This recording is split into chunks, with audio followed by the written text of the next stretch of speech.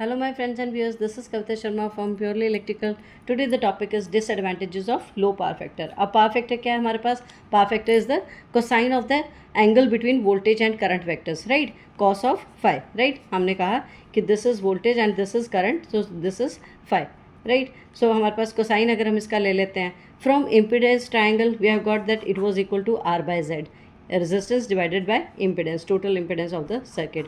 Whereas from power triangle we have got that it was equal to P by S, that is active power divided by apparent power, right? So we want that कि हमारे पास ये जो S है इस it was equal to vector sum of P and Q. तो हम Q नहीं चाहते because it is wattless component of the power. तो अगर ये नहीं होगा तो हमारे पास क्या होगा, पावर फैक्टर की वैल्यू यूनिटी आ जाएगी क्योंकि S will be equal to P.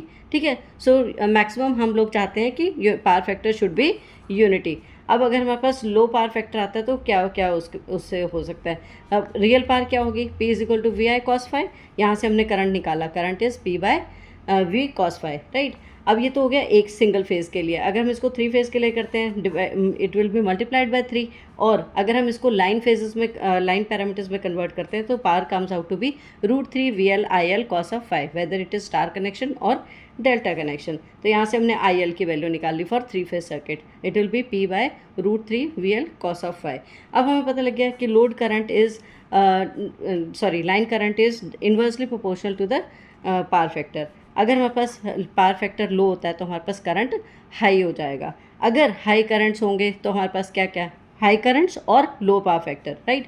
तो हमारे पास क्या क्या इसके डिसएडवांटेजेस हैं. Will have to use greater size of the conductor. ठीक है, क्योंकि हमने सेम वोल्टेज के लिए सेम पावर के लिए हमें क्या करना पड़ेगा, हायर करंट्स प्रोवाइड करना पड़ेंगे जिसके लिए मेरे को कंडक्टर मोटा लेना पड़ेगा, राइट. कंडक्टर का साइज़ बड़ा हो जाएगा. फिर आ जाता है कि हायर कॉपर लॉसेस, जितना हम कंडक्टर बड़ा लेंगे उस वजह से, और जितना उसमें से हाई करंट, क्योंकि लो पावर फैक्टर है, राइट. लो पावर फैक्टर होने की वजह से करंट हाई हो गया जिसकी वजह से हमारे पास I2R लॉसेस इंक्रीज हो जाएंगे, right. Then it is poor voltage regulation. उससे क्या होगा कि because of low power factor current high हो गया, अगेन जो हमारे पास drops across the apparatus itself वो बढ़ जाएंगे जिसके की वजह से हमारे पास आउटपुट वोल्टेज कम हो जाएगी और voltage regulation will be decreased. Then it is your large KVA rating. अब हमारे पास क्या होता है कि हमारे पास जो अल्टरनेटिव ट्रांसफॉर्मर्स हैं इनकी रेटिंग्स हमें ज़्यादा चाहिए पड़ेगी. क्यों? क्योंकि KW is equal to KVA rating of equipment will be equal to which is equal to KW by cos phi. तो हमारे पास KVA रेटिंग, अब cos फाई क्या है डिनोमिनेटर में, इट इज़ इन्वर्सली प्रोपोर्शनल.